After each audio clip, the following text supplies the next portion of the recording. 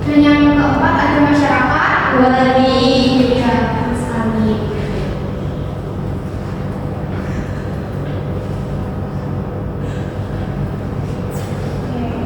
Sebelumnya nih Ibu mau nanya terlebih dahulu, menurut kalian bagaimana jadinya jika di dalam perekonomian itu hanya ada satu pelaku kegiatan ekonomi, misalnya hanya ada rumah tangga keluarga atau rumah tangga konsumen, itu bagaimana sih perekonomian itu akan berjalan lancar atau berhenti berjalan atau bagaimana? Itu tidak berjalan. Salah satu saya yang mulai Mbak Furani. Tidak berjalan karena kalau ada pelaku ekonomi maka perekonomian itu tidak akan berjalan. Arus terkait arus uang yang ada di perekonomian itu hanya dalam satu perekonomian tidak luas gitu. Iya, betul sekali ya anak-anak. Jawaban dari Mbak Purwati, jika ada satu, saya tambahin, jika hanya ada satu pelaku kegiatan ekonomi, itu namanya perekonomian itu tidak akan berjalan ya, karena di dalam perekonomian itu membutuhkan interaksi antara pelaku-pelaku kegiatan ekonomi ini agar kegiatan ekonomi itu dapat berjalan dengan lancar gitu ya anak-anak. Kita langsung ke pembahasan kita terkait dengan arus lingkar kegiatan ekonomi. Ya, terkait definisi minta tolong dibacakan Mbak Nadila. Jadi arus lingkar kegiatan ekonomi itu adalah konsep penting dalam ilmu ekonomi yang menggambarkan hubungan antara pelaku-pelaku ekonomi. Konsep ini menjelaskan bagaimana uang, barang, jasa, dan faktor produksi itu bergerak di dalam perekonomian. Oke, jadi arus lingkar kegiatan ekonomi ini merupakan gambaran tentang aliran bagaimana uang, barang, jasa, serta faktor produksi itu terus bergerak dan berputar di dalam perekonomian.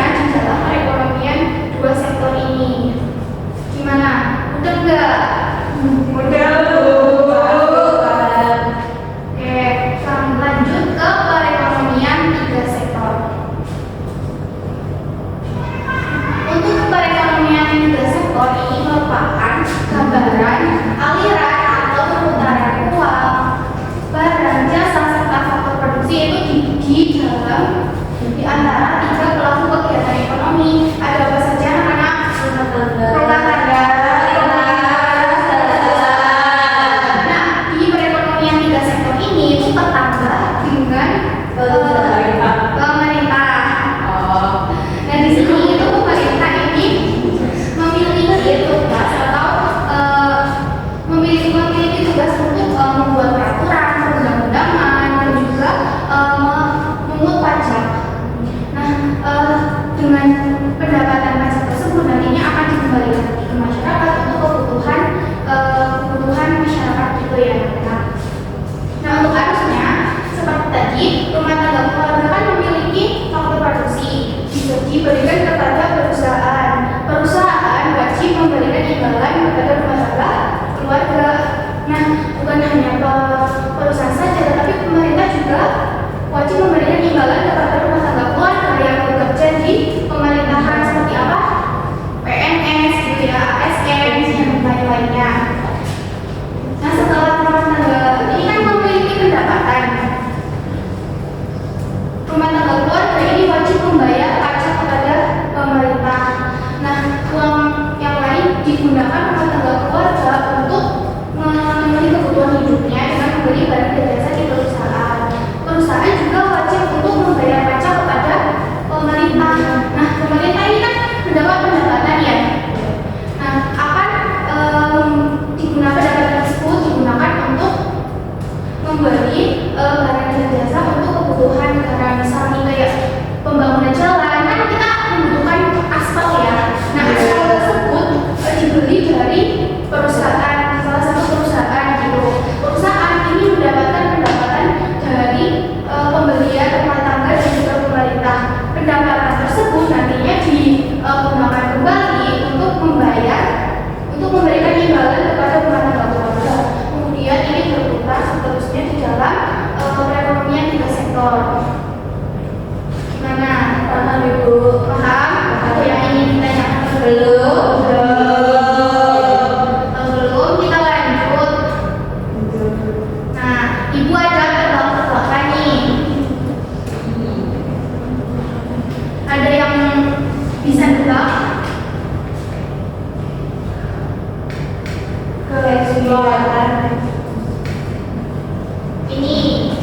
Ini itu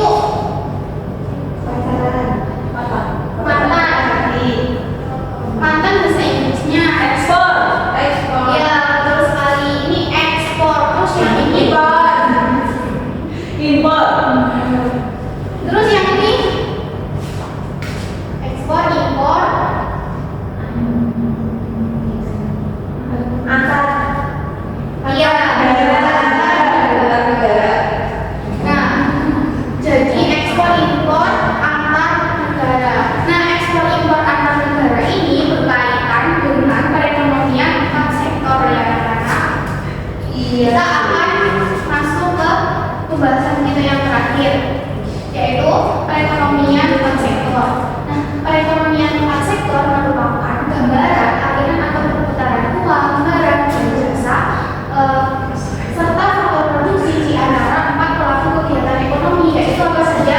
Karena rumah tangga, internasional. Ya.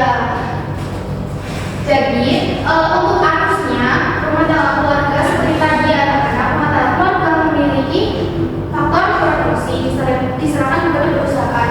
Perusahaan wajib memberikan imbalan, kemudian rumah tangga keluarga menerima pendapatan untuk membeli barang dan jasa di perusahaan, kemudian juga membayar pajak ke pemerintah. Perusahaan membayar pajak juga kepada pemerintah, kemudian pemerintah membelanjakan pendapatan pajak tersebut kepada perusahaan.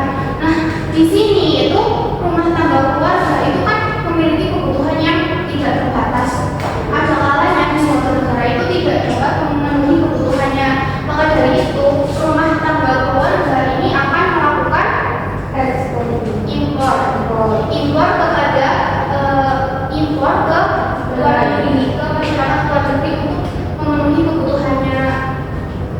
Kemudian di masyarakat luar negeri juga ada kalanya di sana itu tidak dapat memenuhi kebutuhannya, sehingga perusahaan akan melakukan ekspor ke luar negeri, sehingga perusahaan ini akan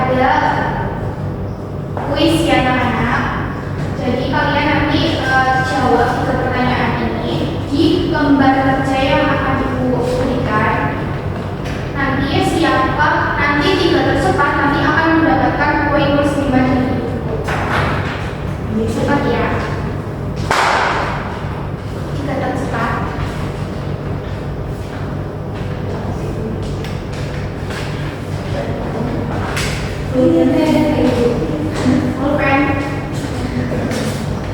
Pinjam teman.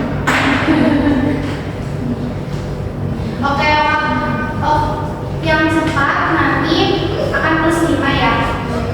Ada yang udah selesai? Yang udah selesai tunjuk tangan. Aku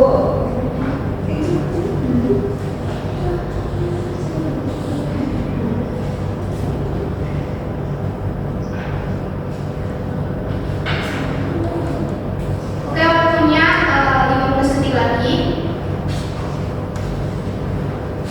5, 4, 3, 2, 1. Udah ada yang selesai? Saya dulu. Oke. Siapa dulu?